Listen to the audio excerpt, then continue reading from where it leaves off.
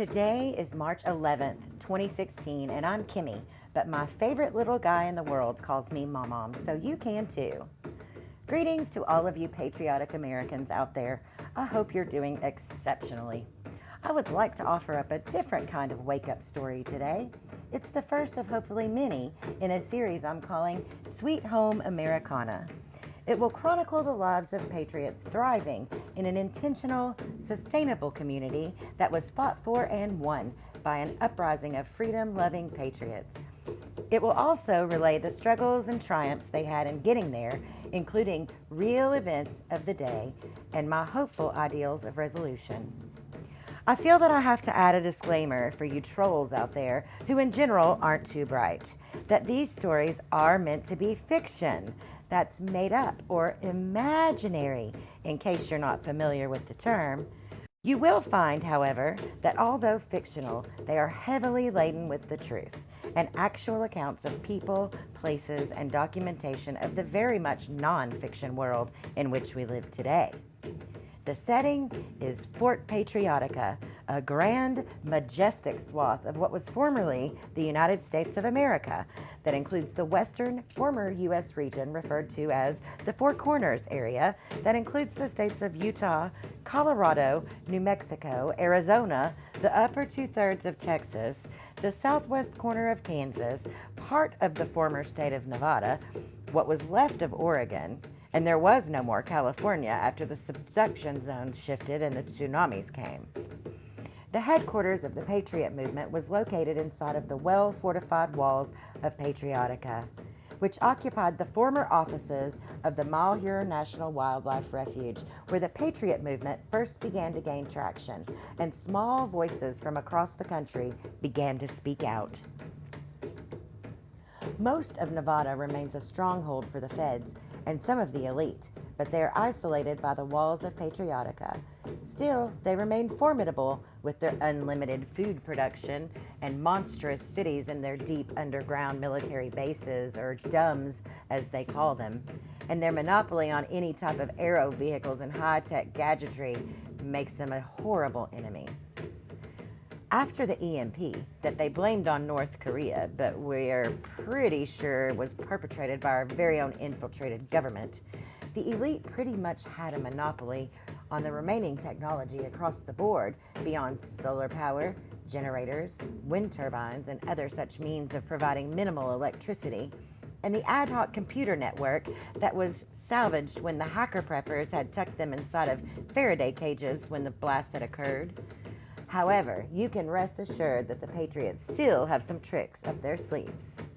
My first installment is called Sweet Home Americana, The History of Fort Patriotica, by me, MomMom. In the not-too-distant future, the sun sets on yet another productive day at Fort Patriotica. You can hear the excited voices and rhythmic drumming in the distance and see the glow of the bonfire and shadows of the dancers even before you crest the hilltop. As you reach the top, you see thousands of people gathering, squeezing as close to the roaring bonfire as possible, with dozens of smaller campfires littering the hillsides and the valley below. Closest to the roaring flames, and best lit, you see gathered in camps the original Native American councils, no longer relegated to reservations, free and standing united with the patriots as we are all now Native Americanans. The musicians circling the fire are a mix of formerly famous greats of all genres, from bluegrass to heavy metal to gospel to big band and everything in between, all seated side by side with their tribal brothers, creating a joyful sound. As you approached, Amazing Grace was ending, and they began an updated yet totally organic version of Freedom's Cry, that beautiful favorite that had been written and sang in tribute to their fallen father by the daughters of Lavoy Finicum. How appropriate, you think, as you spot the camp containing many of your friends. The banner displayed prominently over the entry was the name Small Voices, but it was the largest camp there, and it was your camp. This was the camp of the people who in the beginning were just ordinary people, small voices they humbly called themselves, Small voices, yet with access to a really big platform that back in BP or before the polls was called YouTube. With what some were referring to as antiquated ideas of freedom and liberty, they came together through this platform and decided that they were going to be heard and weren't going to take no for an answer. The chatter around this fire was about MomMom, one of their group who was giving a speech tonight and introducing a special guest speaker who she had assured them would rock the Patriots' world. As the excitement mounts, MomMom approaches the riser and takes her place behind the podium. You would think there was actually a sound guy with a mixer with the seamless way the drummers faded the beautiful music to an ambient level. Shouts of greetings to MomMom rang out through the crowd, and she stood there facing them and smiling, making no effort at all to quiet the crowd.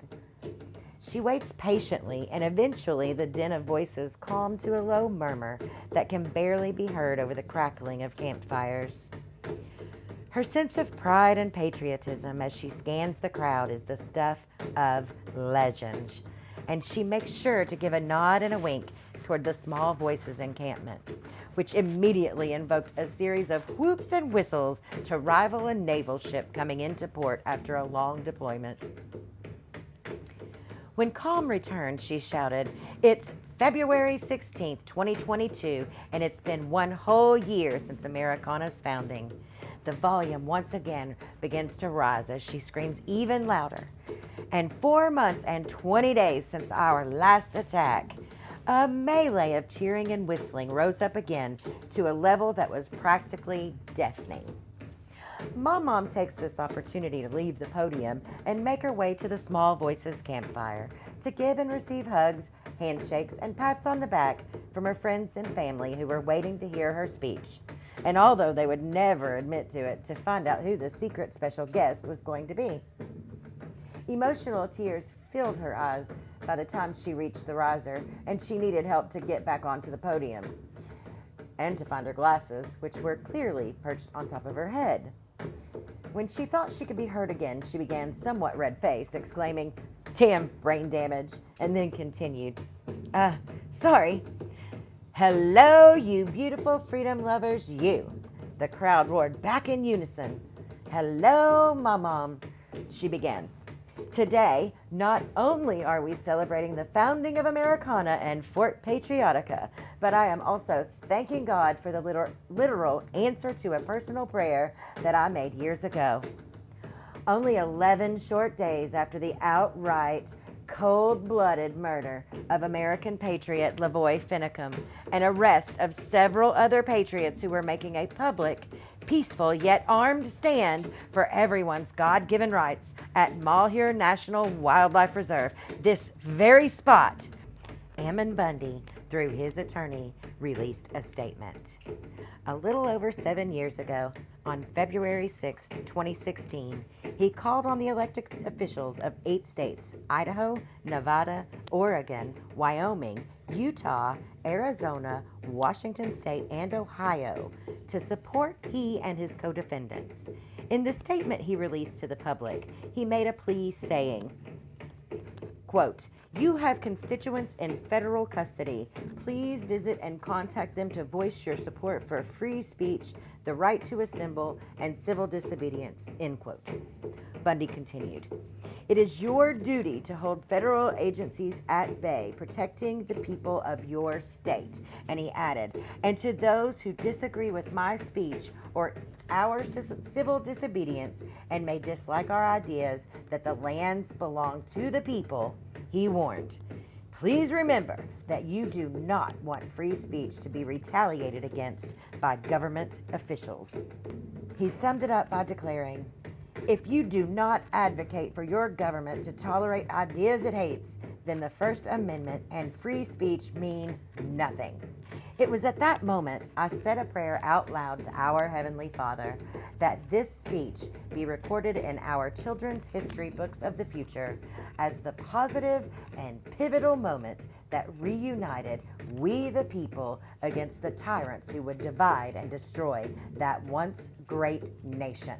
So now, without further delay, to present and dedicate to all Americanans and their future generations, hot off the presses, that were liberated from the former Federal Reserve, the very first copy of Americana 101, the history of Fort Patriotica. Here he is, a great historian and founder of the Info Warrior Press, the original Info Warrior himself, Mr. Alex Jones.